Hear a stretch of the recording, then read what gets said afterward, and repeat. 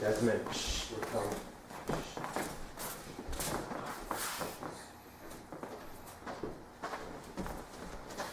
Okay, just wanted to explore some of the Boon Hae or application of Taekwondo Boon Hae or Taekwondo To or Taekwondo Hyun, all the same.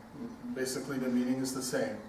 Often Taekwondo forms all come under the heading of forms, done only because you have to perform this dance in order to advance to the next rank. And then you learn self-defense, separate from the form.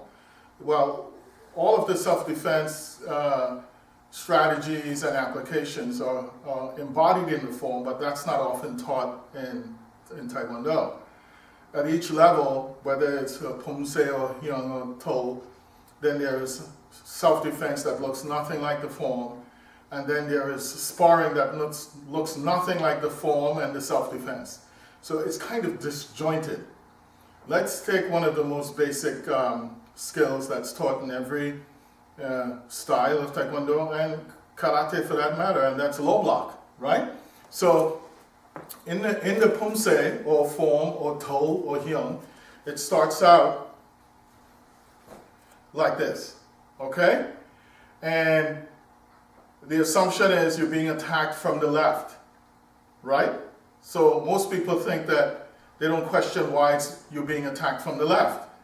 You're being attacked from the left because the early originators of this type of form felt that typically you will be attacked from the weak side, which is your left side, okay? That's why for most of the forms, the attack originates on the left.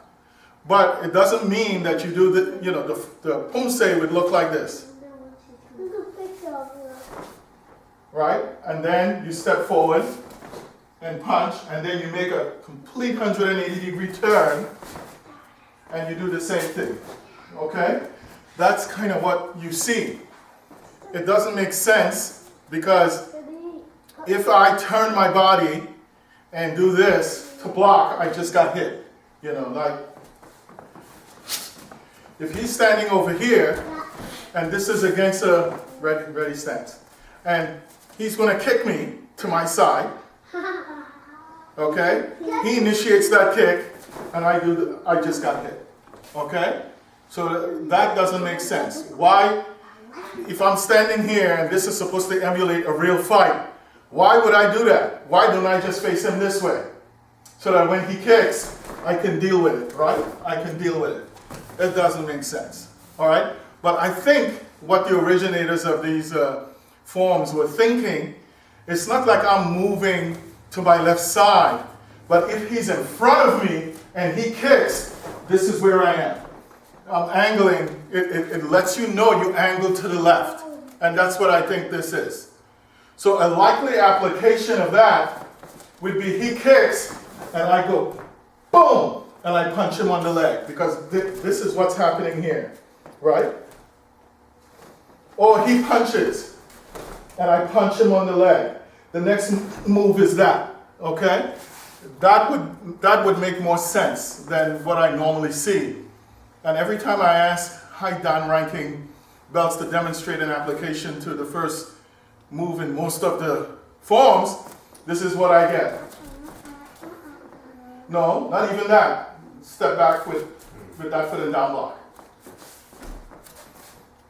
And then the person kicks, right? And then I step forward and block. That does not bode well if you have to defend yourself with it. Okay?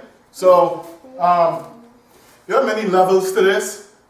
A very important one is that when you chamber, if I'm standing here, and this is the end point of the block, if he is, like I said, if he is going to kick, right? And I chamber, I just got hit. It just doesn't make sense. So you have to look at every phase of this And the chamber itself, that's what you would call it, or the preparatory move, is the skill.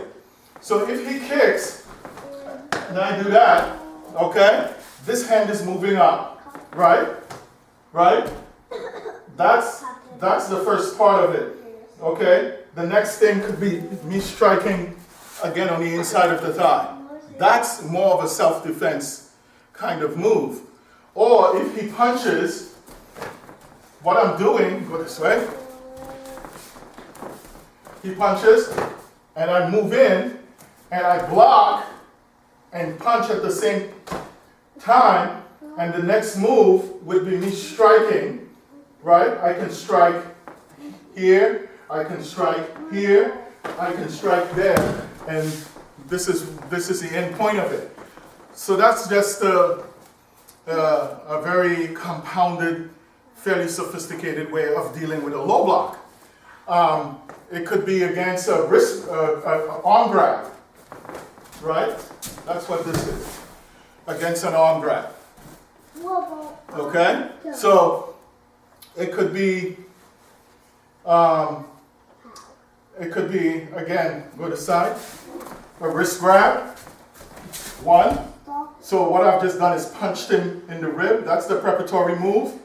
And two, that's a throw. So it's taking a very sophisticated look at this. So again, how you move is the important thing.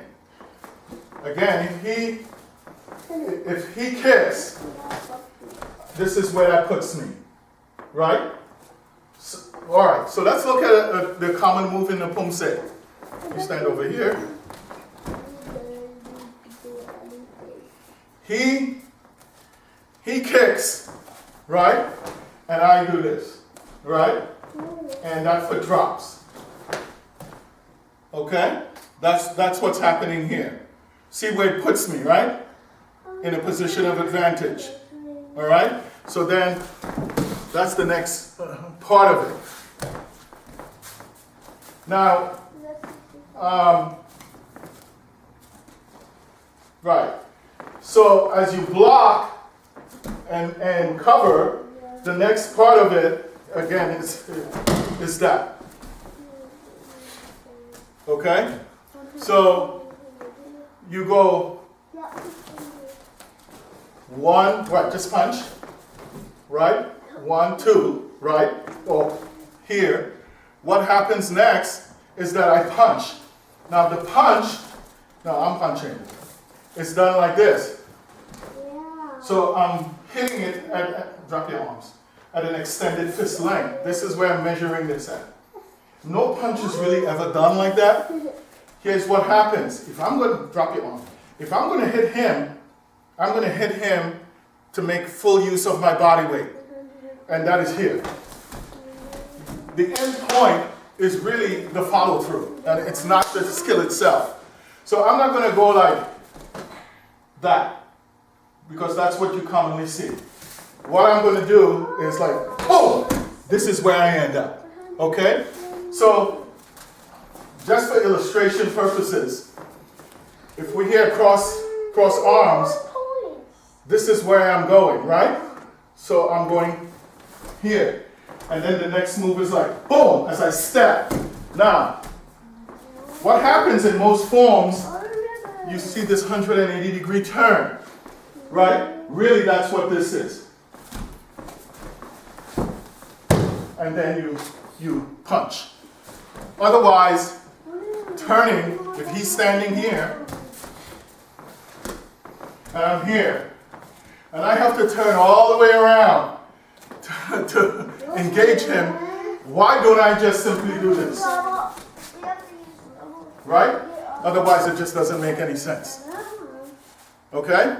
So I just wanted to explore some of the inconsistencies that, through the process of critical thinking, in exploring and deconstructing and analyzing and reconstruction and applications of the basic skills that make up forms.